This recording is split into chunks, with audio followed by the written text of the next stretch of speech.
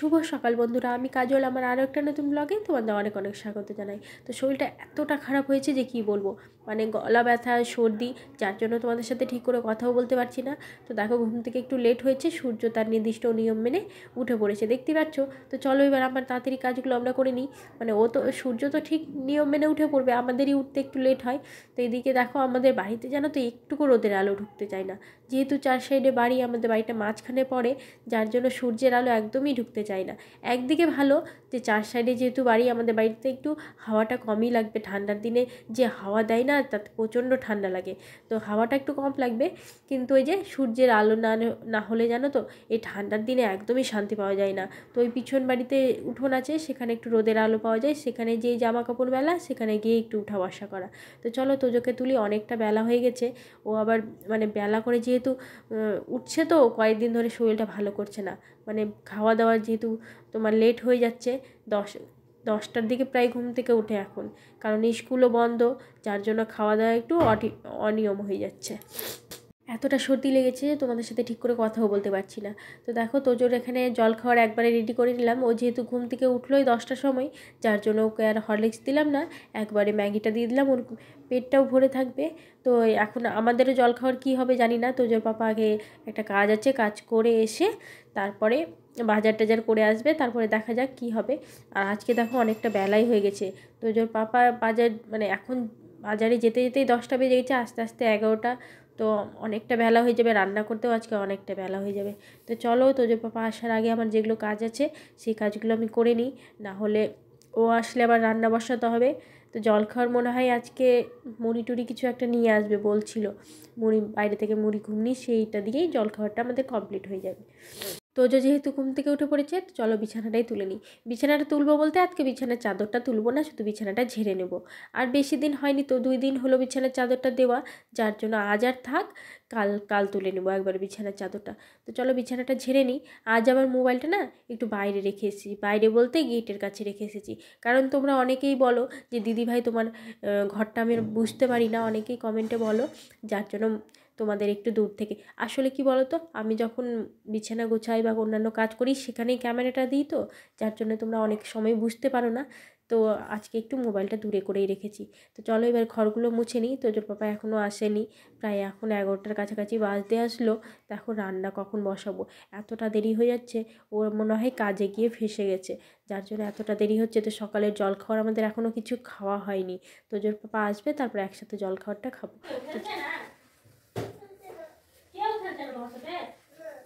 সবাই বাজে,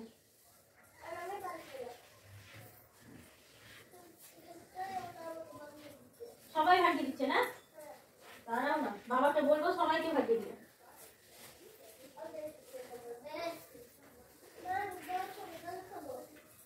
জল খাবা, দাঁড়াও, কিছু নাই,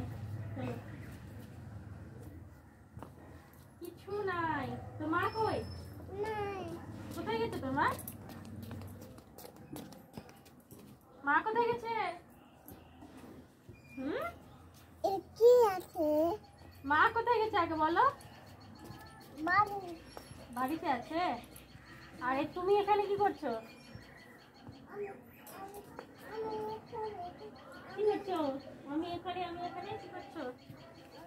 স্নান পুজো সেরে আমি ভাত বসিয়ে দিয়েছিলাম। এদিকে তোজোর পাপা বাজার থেকে চলে এসেছিলো, এসে দেখে যে মানে জল খাওয়ারে যে মুড়ি আনার কথা বলেছিল সেটা একদমই ভুলে গেছিলো। তো আমার যেহেতু গরম গরম ভাত হয়ে গেছিলো, তো আমি গরম গরম ভাত দিয়ে ওকে খাইয়ে কাজে পাঠিয়ে দিলাম। এইদিকে বাঁধাকপি নিয়ে এসেছিলো, তো বাঁধাকপির তরকারি আর ডাল এখন করে নিলাম। তো আমি যেহেতু স্নান পুজো সব সেরে নিয়েছিলাম, যার জন্য ভাবলাম যে থাক, একবারে রান্নাটা হয়ে যাক, তারপরে একবারে জল খাওয়ার তো আর খাওয়া হলো না, একবারে ভাত খেয়ে নেব। তো চলো, এদিকে রান্না মোটামুটি কমপ্লিটই হয়ে গেছে। তো একটুখানি বাঁধাকপি রেখেছিলাম, যে ওই বাঁধাকপির একটু বড়া করে নেব। বাঁধাকপির বড়া খেতে আমাকে দারুণ লাগে, যার জন্য একটু বাঁধাকপি রেখেছি, যে বাঁধাকপির বড়া করে নেব। তো চলো, রান্নাবান্না মোটামুটি কমপ্লিট হয়ে এসেছে। তো বেলা প্রায় এখন 1:45 মতন বাজে, 12:30 1:45 মতন বাজে। তো তাও অনেকটা তাড়াতাড়ি সমস্ত কমপ্লিট করে নিলাম, এটাই অনেক। তো চলো এবার, রান্নাঘরটা মোটামুটি পরিষ্কারই আছে, তাও একটু ভালো করে পরিষ্কার করে নেব।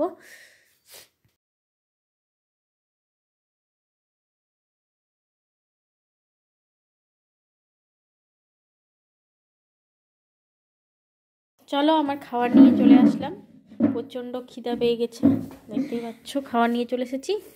ভাত, ডাল, বাঁধাকপির তরকারি, আর এই যে বড়া, কতগুলো বড়া নিয়েছি দেখো। আমার আবার বড়া, হ্যাঁ বড়া নিয়েছি বাবা, আমার আবার বড়া খেতে বেশ ভালো। খাবা তুমি? যাও প্লেট নিয়ে আসো, যাও প্লেট নিয়ে আসো। আমার আবার বড়া খেতে খুব ভালো লাগে, তার জন্য বেশ কয়েকটা নিয়ে নিয়েছি। ডিম দিয়ে মাখা? না বাবা, ডিম দিয়ে মাখা না। তাহলে এখানে ডিম দেখা যাচ্ছে। ওটা পেঁয়াজ আছে, ডিম নাই। ও পেঁয়াজ খাও না? ও তুমি তো আবার পেঁয়াজ খাও না। একটুখানি বাঁধাকপির মধ্যে পেঁয়াজ কুচি করে দিয়েছি যাতে টেস্ট লাগে। তো চলো। আমি পেঁয়াজ খাই না, পেঁয়াজ খেতে ভালো লাগে। নিয়ে যাও বাবা। তারপরে চলে আসলাম একদম সন্ধ্যের দিকে। তো সন্ধ্যেবাতি এখন দিয়ে দিই। তো কয়েকদিন ধরেই ধূপকাঠি দিয়েই সন্ধ্যে দিয়ে দিচ্ছি, একদম শর্টকাটে যা হয় তাই করে নিচ্ছি। তো আজ ভাবলাম যে একটু ধূপ দিই, বাড়ি ঘরে একটু ধূপ না দিলে না মাঝে মধ্যে ভালো লাগে না। তো শর্টকাটে আমরা সাধারণত বেশিরভাগ শর্টকাটে যেটা হয় সেটাই করার চেষ্টা করি। তো আজ ভাবলাম যে না থাক, একটু ধূপ না দিলে না মনেই হয় না যে বাড়িতে সন্ধ্যেবাতি দেওয়া হয় বা পুজো করা হয়। যার জন্য ভাবলাম যে আজ একটু ধূপ দিয়ে সন্ধ্যেটা দিই। আর ধূপ দিলে জানো তো মশা টশা এগুলো মানে পোকামাকড় যা থাকে সব কিন্তু চলে যায়। সত্যি এটা কিন্তু আমরা হয়তো ভাবি যে না বড়রা হয়তো সব কথা মানে ঠিক বলে না বা বড়দের কথা আমরা শুনি না, কিন্তু এই কথাটা আমি নিজে দেখেছি যে ধূপ দিলে সাধারণত বাড়িটা শুদ্ধ হয়। দেখো কতবার ঝাঁকিয়েছি কিন্তু কিছুতেই আর আগুনটা হতে যাচ্ছে না। বেশ একটু গনগনে আগুন না হলে আবার হয় না, যাতে ধূপ দিলে বেশ একদম গোটা ঘর ধোঁয়া ধোঁয়া হয়ে যায়। তো দেখো এতক্ষণে মানে একটু বেশ ধোঁয়া ধোঁয়া হলো। তো চলো চারি সাইডে প্রতিটা ঘরে ঘরে একটু দেখিয়ে দিই, বাইরে একটু দেখিয়ে আসি। আর জানো তো একটু গনগনে ধোঁয়া না হলে না আবার ভালো লাগে না। ধূপ দিলে যাতে একটু বেশ ভালো গন্ধটা বেরায়। তো চলো চারি সাইডে ঘরে দিয়ে দিই। আর এই ঘরে ধুয়ো দিলে না বেশ সেন্ট বেরায়। আমাদের তোজোর বাবা তো খুব পছন্দ, ঘরে যদি ধূপ দিই আর সেই সময় যদি কাছ থেকে চলে আসে, এসে বলে ঘরে ধূপ দিয়েছো না, মানে মনেই হচ্ছে যে ঘরে কোনো যেন একটা পুজো হয়েছে। এরকম ধূপ দিলে মনেই হয় যে বাড়িটাতে পুজো পুজো ভাব।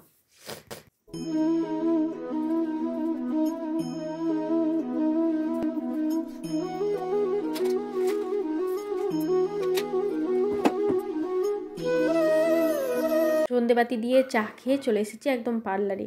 যেহেতু শুক্রবার একটা বিয়েবাড়ি যাব, যার জন্য পার্লারে না আসলে তো আমাদের মেয়েদের হয় না। তো দেখো ভ্রু প্লাগটা করে নিয়েছি, কেমন লাগছে একটু তোমাদেরকে দেখাতে আসলাম। আসলে আমি ভিডিও করছি তো ও বারে বারে আমাদের দিকে দেখছে পার্লারের চেয়ে আছে। তো চলো একটু তোমাদেরকে, ওই আয়নাতে না একদমই অন্ধকার দেখাচ্ছিলো, তো এটা থেকে তোমাদেরকে একটু দেখিয়ে দিই কেমন লাগছে অবশ্যই জানাবে। তো টিপটা পরে নিই, টিপটা খুলে রেখেছিলো ভিডিও করার সময়। ভিডিও বলছি, দেখো আমার সব কিছুতেই ভিডিও। তো তোমার ওখান থেকে চলে আসলাম, আর এতটা ঠান্ডা পড়েছে না বাইরে কি বলবো।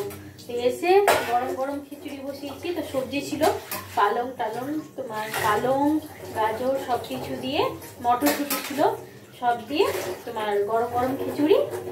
আর দুপুরে তো তোমরা দেখলেই যে বাঁধাকপির বড়ার জন্য মাখিয়ে রেখেছিলাম, ওটা দিয়ে বাঁধাকপির বড়া করে নেব। আর যা তরকারি আছে তা দিয়ে হয়ে যাবে এখনকার মধ্যে খাওয়া। আর এই ঠান্ডাতে না গরম গরম খিচুড়ি খেতে দারুণ লাগবে, যার জন্য আজকে ভেবেইছিলাম যে রাতে এটাই রান্না করবো। আর সবজি দিয়ে করলাম, বেশ ভালোই লাগবে। এমনিতে তো খুব একটা সবজি খেতে চাই না, যার জন্য ওর মধ্যে সবজি দিয়েছি যদি খাই। কালকে তো আন্ডা বিরিয়ানি করেছিলাম, বিরিয়ানি, তো সেটা আবার খেয়েছিল। তো সেটা তোমাদের সাথে শেয়ার করিনি, কারণ একদম নর্মালভাবে করেছিলাম, যার জন্য তোমাদের সাথে শেয়ার করিনি।